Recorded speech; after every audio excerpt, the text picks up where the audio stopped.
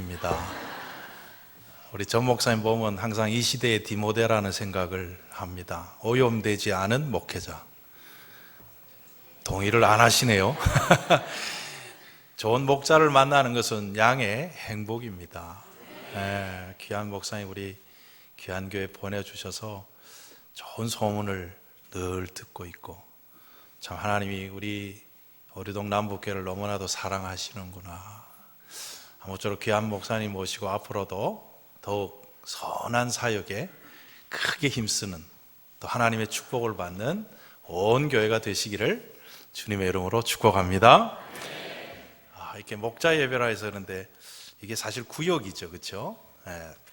목자라니까 더 친근감이 들고 좋은데, 그래서 잠시 한번 와서 말씀을 전하지만 저는 부족하게도 하나님의 말씀의 은혜가 섬기시는 목자들이나 모든 성도들에게 있어서 이 새해에 정말 더 진격하고 하나님의 선한 그러한 역사를 이루는 그러한 축복을 꼭 누리게 되시기를 바랍니다.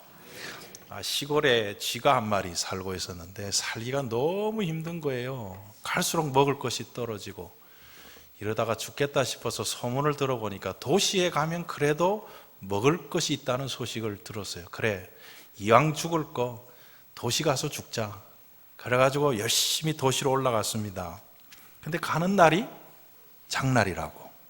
도시에 가자마자 이 쥐가 누구를 만났는가 하면 고양이를 만난 거예요. 야, 이거 죽었구나. 그래가지고 걸으거나 나 살려 그래가지고 숨을 곳을 찾는데 마침 큰 쓰레기 더미가 보이는 거예요. 그곳에 들어갔어요.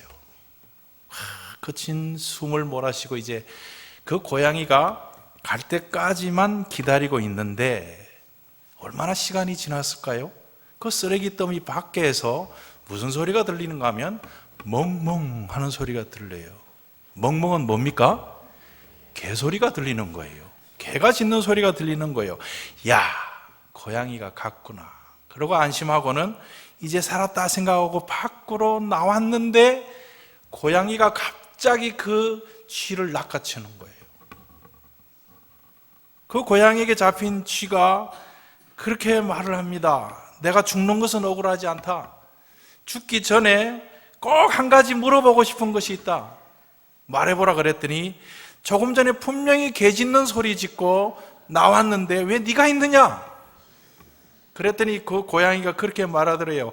요즘같이 살기 힘든 불경기 때는 이중언어는 해야 삶을 살 수 있다고.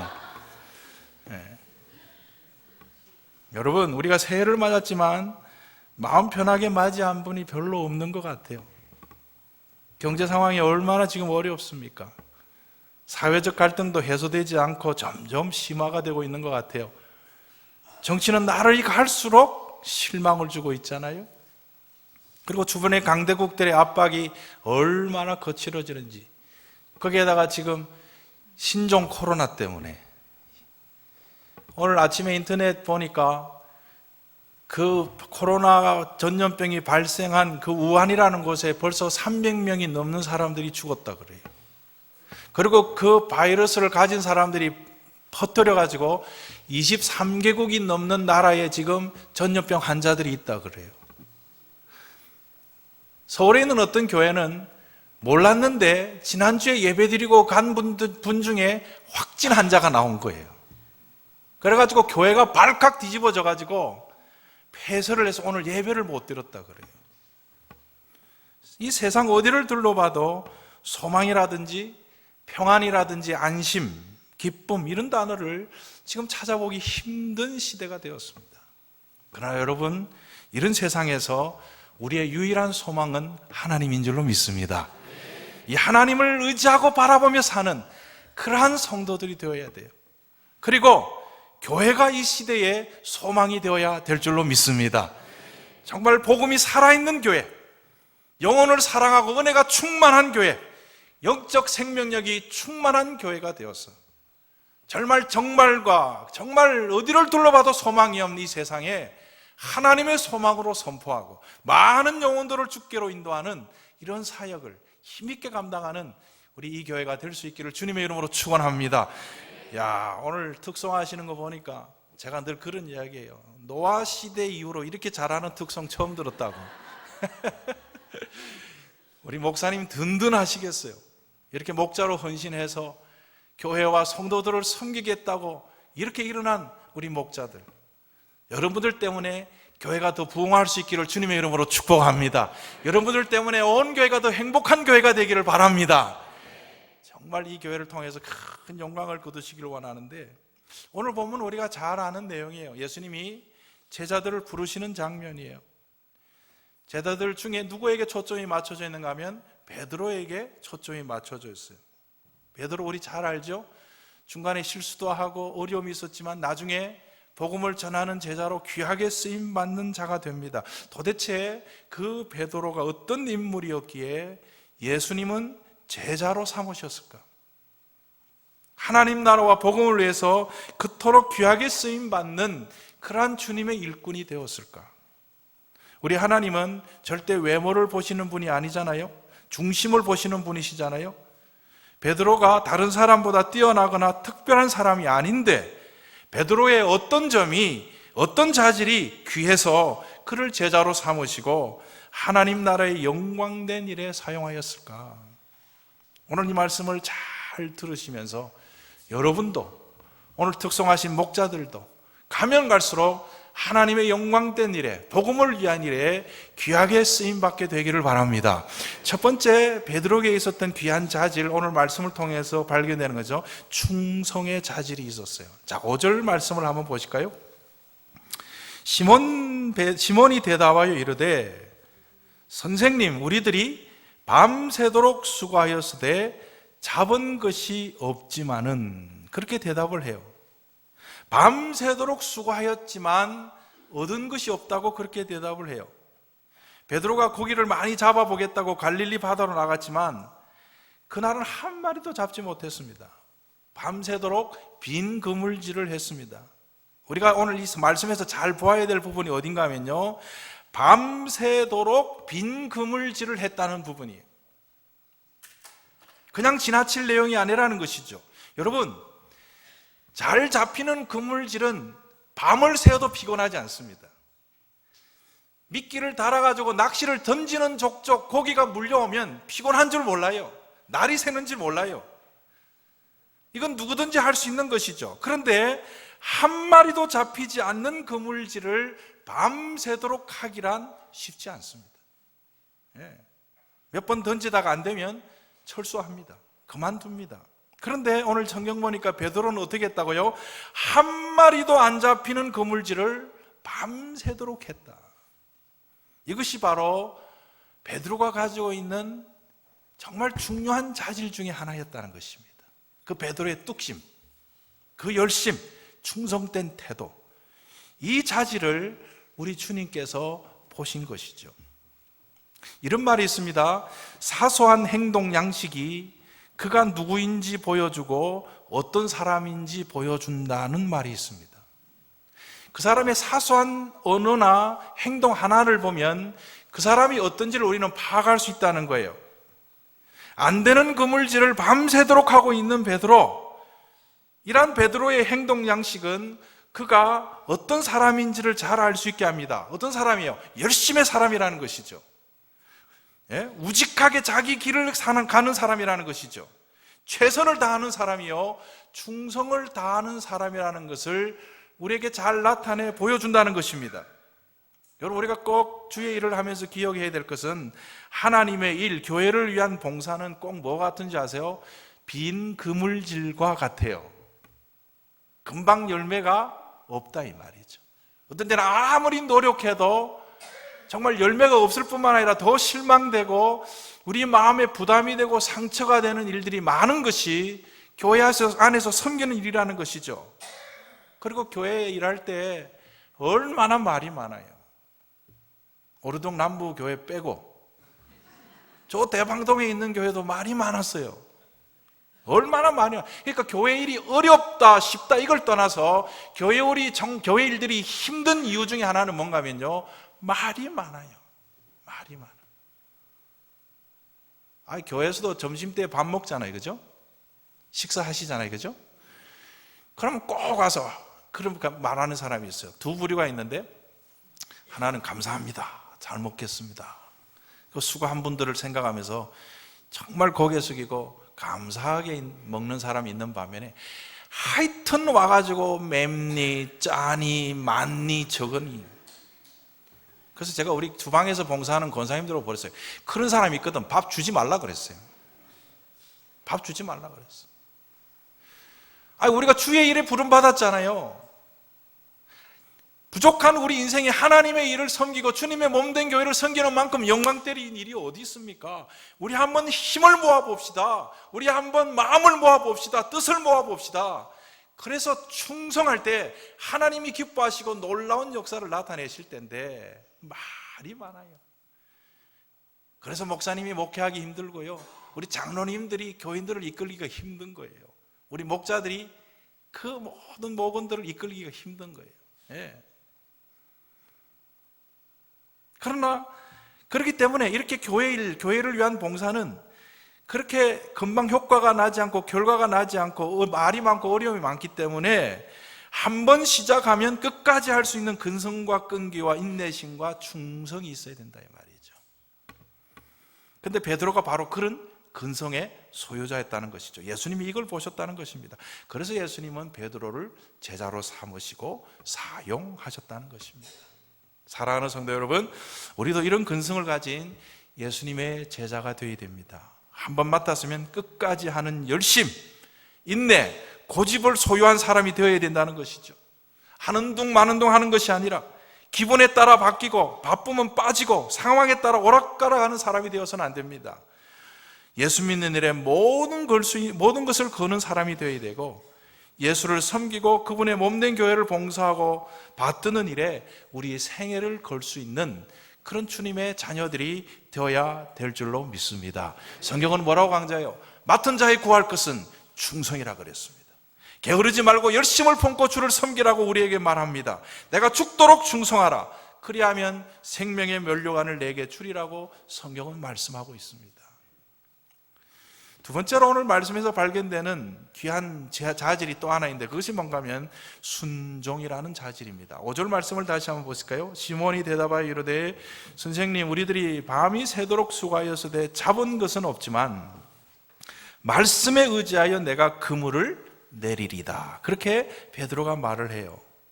예수님이 말씀하시니까 베드로는 뭐예요? 그냥 따르고 순종하고 있다는 사실이에요. 이해가 안 되는데도 순종해요. 여러분, 갈릴리 바다에서 고기 잡는 일에 대해서는 베드로는 거의 뭐예요? 도사 수준이에요. 거기서 잔뼈가 다 굵었어요. 언제 고기가 있고 어디 가면 고기가 있고 언제 고기가 없다는 것을 흔하게 아는 사람이에요. 그런 사람이 지금 실패했는데 예수님이 갑자기 그런 말이에요. 가서 그물을 던져보라고. 깊은 데로 가서 그물을 던져보라고. 그런데 베드로는 그 주님의 말씀에 순종하고 있습니다. 여러분, 이해가 안 되는 것을 순종하는 것을 믿음이라 그럽니다. 이런 믿음이 저와 여러분에게 있게 되기를 주님의 이름으로 축복합니다. 성경 말씀 이해가 될 때도 있지만 이해되지 못할 때가 너무 많아요. 역설적인 진리들이 얼마나 이 성경 안에는 많은지 알 수 없어요. 그럼에도 불구하고 이 말씀은 하나님의 말씀이요, 살아계신 주님의 입으로부터 나온 말씀이라는 것을 믿고 순종하면, 순종하는 여러분을 통하여서 하나님의 역사가 일어나게 될 줄로 믿습니다. 이해가 안 되는 것을 순종하는 이 믿음을 가지고 우리 목자들, 성도들을 섬기고 교회를 받들 수 있게 되기를 주님의 이름으로 축복합니다. 그럴 때 그 목장에는 놀라운 하나님 사이즈의 역사들이 일어난다 이 말이죠. 하나님은 다른 어떤 것보다도 우리에게서 귀하게 보시는 것 하나 있는데 그것은 순종입니다. 우리가 잘 아는 말씀이 있죠. 순종이 제사보다 낫고 듣는 것이 수양의 기름보다 낫다고 그랬습니다. 요한복음 14장을 보니까 예수께서 대답하여 이르시되 사람이 나를 사랑하면 내 말을 지키리니 아버지께서 그를 사랑하실 것이요 우리가 그에게 가서 거처를 그와 함께 하리라고 말합니다. 저는 가만히 한국 목회하면서 볼 때 그런 문제점이 눈에 들어왔어요. 한국 교회는 연구소는 많은데 실험실이 없구나, 그런 생각이 들어요.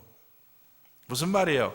말씀을 듣고 뵙고 배우고 깨달았으면 적용해보고 실천해보고 순종해봐야 되는데 듣기만 하고 배우기만 한 일들만 하고 다 그친다 이 말이에요. 그래서 한국 교회에는 연구실은 많은데 실험실이 없어요. 그렇게 적용하고 실천하지 않기 때문에 정말 이 말씀이 살아있는 말씀인지, 내 삶 속에 어떻게 구체적으로 적용되는 말씀인지를 알지 못하고 신앙생활을 하는 사람들이 많다 이 말이에요. 얼마나 불행한지 알 수 없어요.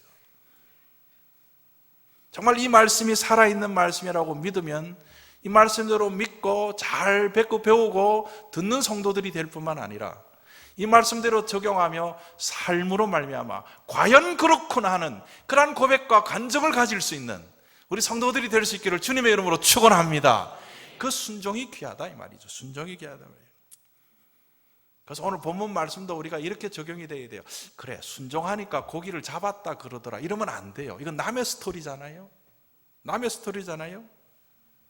순종했더니 내가 고기를 잡았어. 이것이 진정으로 주님을 따라가는 제자의 모습이에요.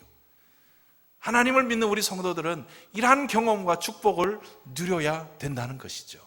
예. 순종하려면 이 말씀이 순종이 가능한가 아닌가, 이해가 되나 안 되나를 따져서는 안 됩니다. 이 말씀이 누구의 말씀인가를 생각하면서 그 말씀을 온전히 믿고 순종할 때 하나님의 놀라운 그러한 역사를 우리는 경험할 수 있게 된다는 것. 그 다음에 세 번째 보면 베드로의 또한 한 가지 귀한 자질이 발견이 됩니다. 8절 말씀을 한번 같이 읽어보실까요? 8절 시작. 시몬 베드로가 이를 보고 예수의 무릎 아래 엎드려 이르되 주여 나를 떠나소서 나는 죄인이로소이다. 그렇게 말해요. 여기 보면 이제 예수님을 만난 베드로의 자기 인식이 잘 드러나고 있어요. 주님, 저는 전능하신 주님 앞에 아무것도 아닙니다. 죄인에 불과합니다. 분명하게 자신을 알고 낮추고 엎드리는 것을 보게 되죠. 이러한 분명한 자기 인식을 가진 베드로를 우리 주님은 귀하게 보셨다는 것이죠. 예. 하나님 앞에서 나는 아무것도 아니고 그냥 주님이 써주시니 순종할 뿐입니다. 도구일 뿐입니다. 자기 겸손과 자기 낮춤이 있는 이러한 베드로를 하나님은 귀하게 보셨다는 것이죠. 예. 사도 바울도 보세요. 사도 바울의 초기 서신들을 보면 이런 고백들이 나와요. 나는 사도들 중에 지극히 작은 자라 그렇게 고백해요. 고린도서를 보면. 근데 사도 바울의 중기 서신인 에베소서 같은 데를 보면 모든 성도 중에 지극히 작은 자보다 더 작은 자다 그렇게 말을 해요. 근데 사도 바울의 말기 서신 디모데전서 이런 성경을 보면 사도 바울은 자기를 어떻게 표현한 줄 아세요? 죄인 중에 내가 괴순이라 그렇게 표현해요. 이것은 사도 바울이 점점점 죄를 더 많이 지었다는 말이 아니죠. 사도 바울은 점점점 신앙생활을 하면 할수록 하나님을 더 깊이 알아가고 신앙이 깊어질수록 더 성숙해지고 성령의 역사를 더 경험할수록 내가 누구인지 깨닫고 더 엎드리고 낮아지고 겸손해졌다는 말입니다. 그런 사도 바울을 통해서 얼마나 하나님의 복음의 능력이 강하게 나타났는가를 우리가 알게 되죠. 이런 겸손이 있는 자를 우리 하나님이 기뻐하십니다. 아무것도 아니고 하나님 없이는 살 수 없는 나 같은 죄인을 구원해 주셔서 주님의 몸된 교회를 섬기게 하시고 영혼들을 섬기게 하신 하나님 감사합니다. 나는 무익한 종입니다. 모든 영광은 하나님이 받으시옵소서. 이러한 겸손과 분명한 자기인식이 우리 가운데 있어야 된다는 것이죠. 근데 우리는 조그만 칭찬만 들어도 마음이 우쭐할 때가 많아요. 그런 것을 우리는 경계해야 됩니다. 기억하세요. 항상 자기 낮춤, 겸손이라는 통로를 통해서 하나님의 큰 은혜의 폭폭수는 흘러간다는 사실. 물이 위로 흐릅니까? 아래로 흐릅니까? 아래로 흘러요. 정말 나의 부족함을 깨닫고 늘 하나님께 매달리고 그분의 도움을 구하고 은혜를 구하는 그러한 사람들을 통하여서 하나님의 능력은 나타나고 하나님의 역사하심이 나타난다는 사실 꼭 기억하시고, 늘 우리 섬기는 우리 목자들이나 모든 성도들이 하나님 앞에 겸손함으로 더 귀하게 쓰임받고 크게 쓰임받는 복을 누리게 되시기를 주님의 이름으로 축복합니다. 그 다음에 마지막으로 베드로가 가졌던 귀한 자질 하나를 더 발견할 수 있는데 11절 말씀이에요. 그들이 배를 육지에 대고 모든 것을 버려두고 예수를 쫓았다고 말합니다. 자신이 누구인지 자각하게 되고 예수님이 어떤 분인지를 알게 되자 베드로는 뭐예요? 즉시 결단해요. 모든 것을 버려두고 예수를 따릅니다. 즉각적으로 반응하고 결단하는 모습이 이 베드로에게 있는 것을 알게 되죠. 이것이 베드로의 또 하나의 독특한 면이라는 것입니다. 복잡하게 생각하지 않아요. 계산하고 따지지 않습니다. 주저하지 않습니다. 즉시 반응하고 결단하고 실천하는. 예, 해보겠습니다. 이것이 중요하다는 것이죠. 이래서 안 되고 저래서 못하고, 성도들 중에 어떤 일을 맡겨보면요, 정말 결단해서 부족하지만 목사님 기도해 주세요, 제가 한번 해볼게요, 이런 성도들이 있는 반면에 어떤 분에게 좀 그런 부탁을 드리면 이런 분들이 있어요. 안 하고 못할 이유를 한 12가지 찾아오는 분이 계세요. 답답해요. 순종하면 하나님이 역사하실 텐데, 하나님 도와주세요 기도하면 그 사람을 통해서 하나님이 정말 큰 일들을 벌리실 텐데 안 될 이유만 찾는 거예요. 얼마나 답답한지 몰라요. 우리 어동교회 우리 성도들은 안 될 이유를 찾는 그러한 사람들이 아니라 부족해도 하나님이 도우시면 해줄 수 있다, 기도하면 내가 이 모든 것을 감당할 수 있다는 그런 믿음을 가지고 즉시 반응하고 결단하고 실천하는 그런 성도들이 되기를 주님의 이름으로 축복합니다. 여러분, 좋은 신앙은 세 가지가 잘 갖춰졌을 때 좋은 신앙이라 할 수 있어요. 첫째는 단순성이 있어야 돼요. 단순. 복잡하게 따지고 해석하는 것이 아니라 하나님 말씀대로 믿는 단순성이 있을 때 그 신앙을 좋은 신앙이라 할 수 있어요. 두 번째 좋은 신앙은 지속성이 있어야 돼요. 잘 받아들이고 믿었지만 중간에 가다가 끊어지면 안 되는 거예요. 끝까지 예수 잘 믿는 그 신앙이 좋은 신앙이에요. 그런데 좋은 신앙의 또 하나의 특징이 있는데 그것이 뭔가 하면요, 즉각적인 순종성이 있을 때 그 신앙은 좋은 신앙인 거예요. 주님이 말씀하셨지, 오늘 설교를 통해서 은혜 받고 이런 찔림이 있고 이런 도전이 있었지, 그래 내가 이렇게 살 거야. 즉각적으로 순종하는 그런 신앙이 좋은 신앙이라는 것이죠. 베드로는 그런 좋은 자질을 가졌습니다.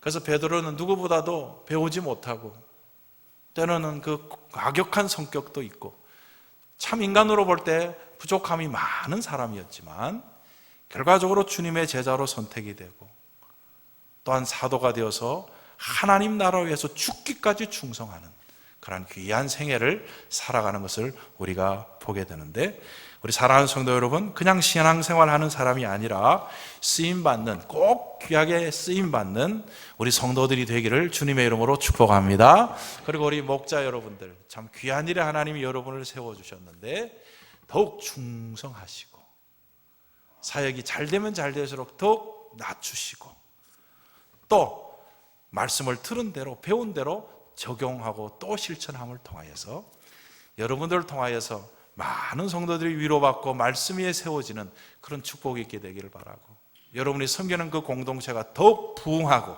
그러므로서 이 교회가 더욱 부흥하는 그런 놀라운 열매가 늘 나타나게 되기를 주님의 이름으로 축복합니다. 우리 한번 고개 숙이십시다. 한번 말씀을 들은 대로 같이 한번 기도하면 좋겠는데요, 한번 조용히 기도하십시다. 주님, 참 나 같은 죄인을 불러주시고 주님의 일에 사용해 주시는 걸 얼마나 감사한지요.